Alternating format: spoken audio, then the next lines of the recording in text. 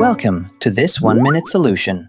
In this quick tutorial, I'll show you how to easily save your favorite shows and movies from Apple TV Plus for offline viewing. Step 1. Launch the StreamFab software. On the home screen, you'll see a list of popular streaming services. Select Apple TV Plus to begin. You can also locate it under the VIP Services tab if you're in that mode. Step 2. Log into your Apple TV Plus account directly through StreamFab's built-in browser. Navigate to the movie or TV episode you wish to save. Simply click on the video you want, and StreamFab will automatically analyze it for you. Step 3. Customize your settings.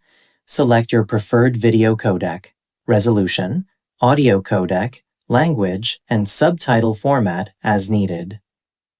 Once everything is configured, hit the Start button. StreamFab will begin processing and saving your video. You can monitor the progress in the Downloading section and find your completed files in the Downloaded section. That's all it takes.